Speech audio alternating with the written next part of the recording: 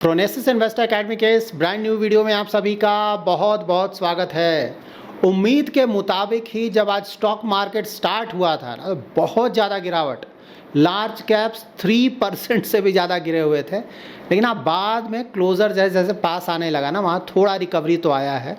आगे इसको हम डिटेल में डिस्कस करेंगे। तो देखिए, अभी आपको देखना क्या है मार्केट्स में ना, आपको जो वॉर चल रहा है इज़राइल यूएस का ईरान के साथ, उसको देखना है कि वहाँ क्या चल रहा है, उसके आधार पे स्टॉक मार्केट पे फ़र्क पड़ेगा। दूसरा देखना है क्रूड ऑयल जैसे जैसे ऊपर जाएगा स्टॉक मार्केट गिरता जाएगा। अगर रिकवरी आता है क्रूड ऑयल में ना, तो वहाँ पे आप देखेंगे कि स्टॉक मार्केट में भी रिकवरी आएगा। थर्ड है डॉलर, ठीक है। ये जो गोल्ड सिल्वर का आप लोग प्राइस पूछते हैं ना कि क्यों सब यहाँ से और ऊपर जाना चाहिए, क्यों नहीं ऊपर जा रहा है, नीचे क्यों जा रहा है, तो इसका सबसे बड़ा रीज़न है डॉलर। इसको भी आगे मैं कवर करूंगा। तो यही तीन चीज़ आपको फिलहाल के मार्केट कंडीशंस में नज़र रखना है और तीनों को मैं कवर करूंगा। देखिए, यहाँ पे सबसे ज़्यादा ज़रूरी चीज़, क्योंकि मार्केट ऑलमोस्ट डेली बेसिस पे गिर रहा है, आगे भी कुछ और समय तक वोलेटिलिटी काफ़ी ज़्यादा रहने का उम्मीद है, क्योंकि वार तो चल रहा है। तो यहाँ पे देखिए, सिर्फ आपको ध्यान ये रखना है कि जब भी कोई डिस्काउंट सेल चलता है ना, जैसे दीपावली में बहुत सारा डिस्काउंट्स मिलता है, न्यू ईयर में बहुत सारा डिस्काउंट्स मिलता है ना, मतलब कि अगर 100 रुपीज़ का सामान है तो आपको 70-80 में मिलता है, 90 में मिलता है, तो आप क्या करते हैं? अगर आपको उस चीज़ की ज़रूरत है तो आप खरीदते हैं ना। वैसा मौका कहाँ मिलेगा? 100 रुपये का सामान 70-80 में, 90 में खरीद लो अगर ज़रूरत है तब। उसी तरह से स्टॉक मार्केट अगर आप देखेंगे ना, तो यहाँ पे इन्वेस्टर्स का, ज़्यादातर इन्वेस्टर्स का इनफैक्ट जो बिहेवियर है वो बिल्कुल उल्टा होता है। जब स्टॉक मार्केट में आपको सस्ता मिलेगा ना, तो बहुत कम लोग खरीदने को तैयार होते हैं ना। अब से 100 रुपये का कोई स्टॉक चल रहा था, अब वो अच्छे क्वालिटी का स्टॉक, अब वो गिर कर हो गया 70-80 उसका प्राइस, लेकिन बहुत कम लोग वहाँ जाएंगे खरीदने, लोग डर से जाएंगे ही नहीं, ठीक है। लेकिन यही स्टॉक, अच्छे क्वालिटी का स्टॉक जो कि 100 पे, जो कि अभी 70-80 मिल रहा है ना, वो जब 120, 130 चला जाएगा ना, ऊपर जाने लगेगा तेज़ी से, तो वहाँ पे काफ़ी लोग उसको खरीदने जाएंगे, ठीक है। तो यही डिफरेंस है और यही साइकोलॉजिकल इफेक्ट है ना। अगर इस चीज़ को हम कंट्रोल में रख के और अपना इन्वेस्टमेंट जर्नी करेंगे, तो मोस्टली हमारा इन्वेस्टमेंट जर्नी काफ़ी अच्छा बीतेगा। इस बात को आप हमेशा ध्यान में रखें ना। पढ़े रहो इन्वेस्टमेंट फिलॉसफी, अगेन आगे हम डिस्कस करेंगे। इस वीडियो में आगे हम जानेंगे कि मार्केट में चल क्या रहा है, आने वाले दिनों में क्या हो सकता है, और सबसे ज़्यादा इंपॉर्टेंट जो कि डेली बेसिस पे मैं कवर करता हूँ कि भाई इन्वेस्टमेंट स्ट्रेटजी मेरा क्या होगा, ठीक है, मैं क्या करूँगा। यहाँ पे आप पूछ सकते हैं कि भाई आप अपना क्यों बता रहे हैं ना, हम लोगों का बताइए। तो हम लोगों का नहीं बताया जा सकता है, क्योंकि मुझे नहीं पता है कि आप लोग का इन्वेस्टमेंट होराइजन क्या है, रिस्क प्रोफाइल क्या है, मार्केट नॉलेज क्या है, क्योंकि इसी के आधार पे हम अपना इन्वेस्टमेंट डिसीजन लेते हैं। तो मार्केट अपडेट से स्टार्ट कर लेते हैं, देख लेते हैं कि भाई इंडियन मार्केट में क्या चल रहा है और बाहर के मार्केट का भी क्या हालात ख़राब है। कहीं ऐसा तो नहीं कि सिर्फ इंडियन मार्केट गिर रहा है बाकी सब कुछ अच्छा है, तो देख लेते हैं। तो यहाँ पे देखिए, इंडियन मार्केट तो अभी भी बहुत ज़्यादा आपको बुरा लगेगा परफॉर्मेंस, लेकिन हाँ, सुबह से कंपेयर करेंगे, खासकर लार्ज कैप्स, तो अच्छा खासा रिकवरी जरूर आया है। बट हाँ, ओवरऑल तो कंप्लीट ब्लड बाथ हुआ है। और सेक्टर थीम देखिए, ऑटो, बैंक, डिफेंस भी आज बहुत गिरा हुआ है। आईटी मोस्टली फ्लैट रहा है आज, और फार्मा को भैया फ्लैट बोलेंगे। लेकिन अगेन नीचे देखिए, FMCG, consumption, consumer durable, complete blood bath. बाहर देख लेते हैं, तो बाहर देखिए, प्री मार्केट देखेंगे यूएस का फ्यूचर्स, तो यहाँ तो गिरावट है। थोड़ा देर पहले देखते तो और ज़्यादा गिरावट था, लेकिन यहाँ भी थोड़ा रिकवरी आ गया है। और यूरोपियन मार्केट्स देखिए, यहाँ तो काफ़ी ज़्यादा गिरावट देखने को मिला है, यहाँ भी पहले के मुकाबले थोड़ा रिकवरी देखने को मिल रहा है। एशियन मार्केट्स देखिए, यहाँ भी अच्छा खासा गिरावट है, लेकिन थोड़ा बहुत रिकवरी यहाँ भी आया है। उसके बाद देखते हैं 10 ईयर जीसेक, ठीक है, 4.17% के आसपास चला गया यूएस का 10 ईयर जीसेक, इसको आगे मैं कवर करूँगा। उसके बाद गोल्ड सिल्वर देखें तो यहाँ तो मिक्स्ड सिग्नल है। हाँ, कन्फ्यूज़न में है गोल्ड सिल्वर के ऊपर जाना है कि नीचे जाना है। और सबसे ज़्यादा इम्पोर्टेंट क्या है, क्रूड ऑयल। ये देखिए 105, 13% के आसपास, लेकिन ये काफ़ी गिरा है, ये 119.5 के आसपास चला गया था। ब्रेंट क्रूड 119.50 के आसपास, तो वहाँ से गिरा है, इसीलिए मार्केट में आपको थोड़ा बहुत रिकवरी देखने को मिला है। लेकिन हाँ, ओवरऑल मैं बिल्कुल ये बोल सकता हूँ कि भाई 100 क्रॉस कर गया क्रूड, तो जो मार्केट अभी गिरा है ना, उम्मीद से कम गिरा है। क्योंकि आइडियली इस तरह का जब क्रूड ऑयल तेज़ी से ऊपर जाता है ना, तो अगर 4-5% का गिरावट एक दिन में ही हो जाए तो सरप्राइजिंग नहीं होना चाहिए। लेकिन रिलेटिवली मार्केट उतना नहीं गिरा। इसका बहुत बड़ा रीज़न क्या है कि भाई देखिए, मार्केट कितना गिरेगा, 1.5 साल से तो हम नीचे ही है ना, कोई रिटर्न आया नहीं है। एक तो वो है, दूसरा, रिलेटिवली इंडिया के जो फंडामेंटल्स हैं ना, पहले के मुकाबले इम्प्रूव कर रहे हैं। तो ये दो रीज़न्स है जिसके कारण बहुत ज़्यादा गिरावट नहीं आया है, और उम्मीद नहीं है कि कोई बहुत ज़्यादा गिरावट आएगा अगर कोई बहुत बड़ा नेगेटिव न्यूज़ ना आ जाए। ठीक है, जो ये चल रहा है अगर उसी तरह से चलता रहा या फिर यहाँ से इम्प्रूवमेंट आया तब तो अच्छा है, लेकिन हाँ अगर कोई बहुत बड़ा नेगेटिव न्यूज़ आ गया इसी वॉर फ्रंट पे, ठीक है, नहीं कि वॉर और ज़्यादा बढ़ने जा रहा है और ज़्यादा कंट्रीज़ इसमें इन्वॉल्व हो रहा है, उस तरह का कुछ नेगेटिविटी आएगा तो और ज़्यादा प्रॉब्लम आ सकता है। यहाँ पे देखिए क्या क्या रीज़न्स हैं जिसके कारण मार्केट गिरा है, एक बार फिर से कवर कर देता हूँ। तो ऑफकोर्स जो वॉर चल रहा है मिडिल ईस्ट में, उसका कोई सॉल्यूशन नियर फ्यूचर में नहीं दिख रहा है। यूएस की तरफ से बोला गया है कि भाई मैं किसी भी तरह का कॉम्प्रोमाइज़ नहीं करूँगा, ठीक है, किसी तरह का नेगोशिएशन फ़िलहाल नहीं होगा जब तक आप पूरी तरह से हमारी बातों को मान लें, ठीक है, जो कि संभव है नहीं, फ़िलहाल तो लग नहीं रहा है। उसी तरह से ईरान भी सरेंडर करने को तैयार नहीं है, उसके तरफ से अच्छा खासा रिटेलिएशन चल रहा है। तो जब तक ये एस्केलेशन इसी तरह से बना रहेगा तब तो आप बिल्कुल एक्सपेक्ट करके रखें कि मार्केट में काफ़ी ज़्यादा वोलेटिलिटी रहेगा। दूसरा ऑफकोर्स क्रूड ऑयल शॉक, मैंने ऑलरेडी बताया ना, 119 क्रॉस कर गया था ब्रेंट क्रूड $US पर बैरल, बट हाँ फिलहाल अभी थोड़ा रहा था, लेकिन 100 प्लस है ना, जो कि बहुत ज़्यादा है। वैसी इकोनॉमीज़ जहाँ की ज़्यादातर इंपोर्ट किया जाता है, क्रूड कर रहा है या फिर गैस कर रहा है, गैस का प्राइस भी बहुत तेज़ी से ऊपर गया है, सभी इकोनॉमीज़ में प्रॉब्लम आएगा अगर ये लंबे समय तक चला। अगर 2-3 वीक में ख़त्म हो गया तब तो अच्छी बात है, लेकिन मान लीजिए महीनों चला इस तरह का ना, और क्रूड ऑयल का प्राइस इसी तरह से हाई रहा, तब तो ज़्यादातर इकोनॉमीज़ में प्रॉब्लम देखने को मिलेगा। ठीक है, और सिर्फ ऐसा नहीं है ना कि क्रूड ऑयल या गैस आपको देखना है, भाई ये सब चीज़ें एज अ रॉ मटेरियल जिस भी इंडस्ट्री में यूज़ होती है वहाँ पे प्रॉब्लम आएगा। अब जैसे एविएशन हो गया, वहाँ पे बहुत ज़्यादा प्रॉब्लम है क्योंकि एविएशन फ्यूल का कॉस्ट बहुत ऊपर चला गया है।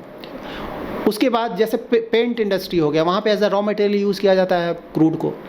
तो इस तरह से बहुत प्रॉब्लम है, और प्लस इस जो ये रूट बंद हो रहा है जिसमें प्रॉब्लम आ रहा है ना, वहाँ से जो भी इंपोर्ट एक्सपोर्ट गुजरता है उस सी लेन से, ठीक है, स्ट्रेट ऑफ हॉर्मुज से, सभी में प्रॉब्लम है। तो अगर ये लंबा चला तो यस प्रॉब्लम बना रहेगा और आगे और ज़्यादा बढ़ सकता है। तो देखते हैं कहाँ पे चलता है। देखिए इंडिया का स्टेटस अगर देखेंगे तो एक लेटेस्ट गवर्नमेंट रिपोर्ट को मैं रेफ़र कर रहा हूँ, वह इंडिया के फिलहाल जो एनर्जी बफर है ना 250 million barrels of crude oil है, 250 million barrels of crude oil और रिफाइंड पेट्रोलियम प्रोडक्ट्स सब मिलाकर, जो कि ओवरऑल देखें तो अबाउट 4000 करोड़ लीटर्स के बराबर है हमारे पास।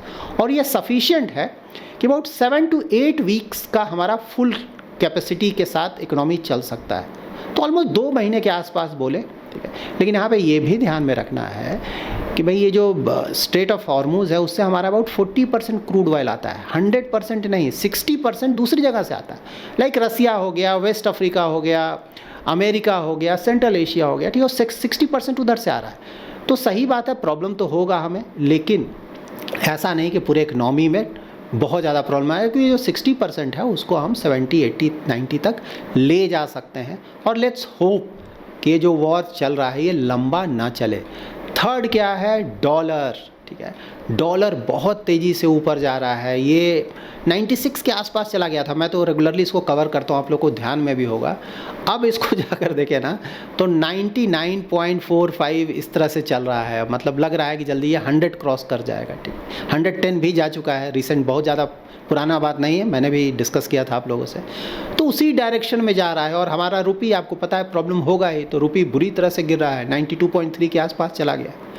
तो इतने सारे प्रॉब्लम्स है, साथ साथ अगर आप 10 ईयर जीसेक देखेंगे ना तो इंडिया का 10 ईयर जीसेक भी बहुत ऊपर चला गया, 6.75%, जो कि बहुत ज़्यादा है 10 ईयर जीसेक इंडिया के लिए। और यूएस का भी तेज़ी से बढ़ रहा है, यूएस का भी 10 ईयर जीसेक 4% से थोड़ा नीचे आ गया था, वो ऊपर जाकर 4.19% हो गया। देखिए यूएस में तो बहुत प्रॉब्लम चल रहा है ना, एक तो वहाँ पे जो वीकली जॉब डेटा है ना वो अच्छा नहीं आया है, अनएम्प्लॉयमेंट रेट फरवरी मंथ का देखेंगे तो 4.4% हो गया है, जो कि पहले एक्सपर्ट्स मान रहे थे कि और 4.3% के आसपास रहेगा, तो बढ़कर आया है। तो जब भी इस तरह का डेटा आएगा अनएम्प्लॉयमेंट का डेटा, तो उसका ये मतलब है कि भाई अब सेंट्रल बैंक रेट कट करेगा तो इंटरेस्ट रेट नीचे जाना चाहिए, लेकिन ये नीचे नहीं जा रहा है, ऊपर जा रहा है। क्यों ऊपर जा रहा है? इन्फ्लेशन का रिस्क, क्योंकि यहाँ पे इन्फ्लेशन के बढ़ने का चांस आ गया है। इन्फ्लेशन ऑलरेडी यूएस में नहीं घट रहा है, अब यहाँ पे जो एनर्जी प्राइसेस हैं वो बहुत तेज़ी से ऊपर जा रहे हैं, बीट क्रूड ऑयल या फिर गैस, और यूएस में ऑफ कोर्स इसका बहुत ज़्यादा यूज़ होता है ना, तो एनर्जी प्राइसेस ऊपर जाएंगे तो इन्फ्लेशन यहाँ से ऊपर जाने का रिस्क आ गया है। तो जब इन्फ्लेशन ऊपर जाएगा तो ऑफ कोर्स रेट कट होने के चांसेस काफ़ी कम हो जाएंगे। इनफैक्ट अगर बहुत ज़्यादा इन्फ्लेशन बढ़ने लगा तो रेट हाइक भी करना पड़ेगा, इसीलिए वहाँ का 10 ईयर G-Sec देख रहे हैं ना ऊपर जा रहा है। तो ये सब प्रॉब्लम्स चल रहे हैं और यहीं पे गोल्ड और सिल्वर आता है। देखिए गोल्ड और सिल्वर से हमेशा ध्यान में रखें कि जब जियोपॉलिटिकल टेंशन्स चलेगा, क्योंकि गोल्ड को सेफ हेवन माना जाता है ना, तो गोल्ड हमेशा ऊपर जाता है, ठीक है। लेकिन एक और सर्कमस्टेंसेस है जहाँ की ये शायद नहीं, और वो है डॉलर। जब डॉलर स्ट्रांग होगा ना तो आप देखेंगे कि गोल्ड ज़्यादा तेज़ी से ऊपर नहीं जाएगा, क्योंकि गोल्ड तो एक इंटरनेशनल करेंसी है, डॉलर में उसका प्राइसिंग है। तो जो दूसरे कंट्रीज़ दूसरे करेंसी से अगर गोल्ड खरीदने जाएंगे तो जब ये डॉलर स्ट्रांग हो रहा है तो गोल्ड आपको महंगा मिलेगा, ठीक है। उसी तरह जब डॉलर वीक होने लगेगा तो गोल्ड आपको सस्ते रेट पे मिलेगा अगर आप दूसरे करेंसी से खरीदने जाएंगे, ठीक है। तो ये सब आप ध्यान में रखें, इसीलिए गोल्ड के प्राइसेस में प्रॉब्लम चल रहा है। ये प्रॉब्लम कब तक चलेगा भाई किसी को नहीं पता एग्जैक्टली ना, कोई नहीं बता सकता, यूएस भी नहीं बता सकता, इजराइल भी नहीं बता सकता और ऑफकोर्स ईरान भी नहीं बता सकता। तो यहाँ पे ये ध्यान में रखना है कि जब इस तरह का प्रॉब्लम चले तो बहुत ज़्यादा इसमें आइडियली हमें दिमाग नहीं लगाना चाहिए, क्योंकि किसी को पता ही नहीं है, ठीक है। लेकिन हाँ, जितना लंबा चलेगा उतना ये जो प्रॉब्लम है बढ़ेगा। लेकिन यहाँ पे ये भी ध्यान में रखना है कि ये सब जो प्रॉब्लम है वो चलता रहेगा, लेकिन इसका ये मतलब नहीं कि स्टॉक मार्केट इसी तरह से सालों गिरता रहेगा। मैं मानकर चल रहा हूँ कि बहुत लंबे समय तक चलेगा, ठीक है। स्टॉक मार्केट देखिए कुछ समय तक बिल्कुल रिएक्ट करता है, लेकिन उसके बाद वो एडजस्ट कर लेता है और मूव ऑन करता है। पास्ट में जितने भी इवेंट्स हुए हैं उसको आप जाकर देखें, कुछ दिनों का, कुछ सप्ताह का या मुश्किल से कुछ महीनों का, उसके बाद मार्केट मूव ऑन करता है। अब जैसे क्रूड ऑयल है ना, 119 तो टच कर गया, अभी तो कम हो गया लेकिन चला गया था ना। अब कितना ऊपर जाएगा भाई, 130, 140, 150, कितना एक लिमिट है, उसके बाद तो वो भी रुक जाएगा ना। तो मार्केट उसके बाद एडजस्ट करके मूव ऑन करेगा, ये हमेशा होता है। बट हाँ, एग्जैक्टली बता पाना कि वो कब होगा, कितने दिनों के बाद होगा, कितने वीक्स के बाद होगा या कुछ महीनों के बाद होगा, ये बताना बहुत मुश्किल है। तो ये तो हमें वेट एंड वॉच ही करना पड़ेगा। तो यहीं पे देखिए ध्यान में रखना है इन्वेस्टमेंट स्ट्रैटेजी। इन्वेस्टमेंट स्ट्रैटेजी आपका ऐसा हो, फुल प्रूफ हो ना, कि ज़्यादा आपको दिमाग लगाने की ज़रूरत नहीं हो, पहले से सब कुछ प्री डिसाइडेड हो कि आपको क्या करना है, क्या करना चाहिए, ठीक है। तो यहाँ पे देखिए 3 ऑप्शंस होते हैं ना, एक होता है इन्वेस्ट करो या होल्ड करो या एग्जिट करो, ठीक है। तो पढ़े रहो, इन्वेस्टमेंट फिलॉसफी मैं इसी को बोलता हूँ। तो इसमें आप क्या करोगे भाई, जैसे मैं हूँ, मेरा इन्वेस्टमेंट स्ट्रैटेजी क्या होगा कि जब भी इस तरह से मार्केट में गिरावट आ रहा है और अगर हमारा इकोनॉमी ठीक कर रहा है, अगर आपको लग रहा है कि इंडिया या फिर भारत देश का जो इकोनॉमी है वो अच्छा कर रहा है, आने वाले सालों में अच्छा करेगा, तो ऑफकोर्स नेचुरली यहाँ की कंपनीज़ का ही परफॉर्मेंस अच्छा होगा। तो अगर आपको ऐसा लग रहा है तो बाहर से ये जो प्रॉब्लम होते हैं ना उसको बहुत ज़्यादा सीरियसली नहीं लेना है, ये सब शॉर्ट टर्म के प्रॉब्लम माने जाते हैं। तो इसीलिए मेरा यही है कि भाई जब जब मार्केट गिरेगा तो मैं थोड़ा थोड़ा इन्वेस्टमेंट करता रहूँगा, और मैं इसे अपने इन्वेस्टमेंट जर्नी में, लॉन्ग टर्म इन्वेस्टमेंट जर्नी के लिए एक पॉजिटिव चीज़ मान रहा हूँ, क्योंकि मैं सस्ते पे ख़रीद रहा हूँ। पहले मैं ना पैसा आ रहा था, कभी मजबूरी भाई गिर ही नहीं रहा, ऊपर है ऊपर थोड़ा महंगा खरीदेगा आदमी, लेकिन जब ये गिर के मुझे मिल रहा है, कम रेट पे मिल रहा है, 100 रुपये का सामान अगर मुझे 70-80 में मिल रहा है या फिर 90 में मिल रहा है, तो मेरे लिए ये बहुत खुशी की बात है और मैं इसका एडवांटेज उठा रहा हूँ, थोड़ा थोड़ा सा इन्वेस्टमेंट कर रहा हूँ। दूसरा होता है ना होल्ड, ठीक है। होल्ड का मतलब है कि भाई ऑलरेडी इन्वेस्टमेंट कर दिया, मेरे पास अब पैसा नहीं है, ठीक है। तो अगर इन्वेस्टमेंट कर दिया, जैसे मेरा पहले का इन्वेस्टमेंट है ना, तो अगर मेरा जो पहले का इन्वेस्टमेंट है और मैंने अच्छे क्वालिटी के स्टॉक्स या म्यूचुअल फंड स्कीम्स में इन्वेस्ट किया है, तो कोई बात नहीं, मैं उसे छोड़ दूंगा। मार्केट 4-5 साल 10 साल ऐसा ही नहीं रहेगा ना, बिल्कुल ये कुछ महीनों का प्रॉब्लम होगा, कुछ वीक्स का प्रॉब्लम होगा, रिकवर करेगा, ऊपर जाएगा, ठीक। तो वहाँ पे मैंने उसे छोड़ दिया, किसी तरह का कोई चेंजेस नहीं। हाँ, जब तक मुझे म्यूचुअल फंड स्कीम में प्रॉब्लम ना दिखे, स्टॉक में प्रॉब्लम ना दिखे, तब तक मैं उसे नहीं बेचता हूँ। मार्केट थोड़ा ऊपर नीचे आने से मेरे ऊपर फ़र्क नहीं पड़ता है। और तीसरा ऑफकोर्स एग्जिट। तो अगर क्वालिटी अच्छा है, लॉन्ग टर्म इन्वेस्टमेंट होराइजन के साथ इन्वेस्टमेंट किया गया है, तो फिर मैं एग्जिट क्यों करूँ, ठीक है। कुछ प्रॉब्लम होगा तो एग्जिट करूँगा, लेकिन स्टॉक या म्यूचुअल फंड में मेरे पोर्टफोलियो में फिलहाल ऐसा कुछ तो दिख नहीं रहा है, तो मैं तो फिलहाल एग्जिट नहीं करूँगा। हाँ, किसी के पोर्टफोलियो में अगर गलती से कहीं कोई इन्वेस्टमेंट हो गया, बाद में आपको पता चला कि गलत इन्वेस्टमेंट कर दिया, घटिया इन्वेस्टमेंट कर दिया, वहाँ पे कॉल लिया जा सकता है कि क्या करें। बट हाँ, अगर सारे क्वालिटी अच्छा है, सब चीज़ ठीक से चल रहा है, आपने सोच समझ कर इन्वेस्टमेंट किया है, इन्वेस्टमेंट होराइजन को ध्यान में, और साथ ही रिस्क प्रोफाइल ना कि आप कितना ज़्यादा रिस्क ले सकते हैं, ये सबको ध्यान में रख के किया है, तो फिर दिक्कत नहीं होना चाहिए। देखिए यहीं पे होता है ना, आपका टेस्ट हो रहा है। इंटेलिजेंस कोशेंट से कहीं ज़्यादा इंपॉर्टेंट होता है इमोशनल कोशेंट। हमेशा याद रखिए स्टॉक मार्केट में आप इमोशनली कितने स्ट्रांग है, यही टेस्ट हो रहा है। अगर आप स्ट्रांग हैं, हिम्मत है, क्वालिटी अच्छा है, तो मोस्टली कुछ महीनों में, 1-2 साल में सब कुछ ठीक होकर मोस्टली ऊपर चला जाएगा। अगर आप में हिम्मत नहीं है, आप सरेंडर कर देंगे, बेचकर भाग जाएंगे, तब तो खैर रिटर्न का वहाँ पे डिस्कशन ही नहीं है। सो ये सब चीज़ ध्यान रखें, आप में हिम्मत है, लॉन्ग टर्म का इन्वेस्टमेंट होराइजन है, थोड़ी बहुत जानकारी है, तब आइडियली हमें प्रॉब्लम नहीं होना चाहिए। So that's it in this video. अगर आपको ये वीडियो पसंद आया है तो जरूर लाइक एंड शेयर करें। पहली बार हमारे यूट्यूब चैनल पे आ रहे हैं तो चैनल को जरूर सब्सक्राइब करें। Thanks lot for watching.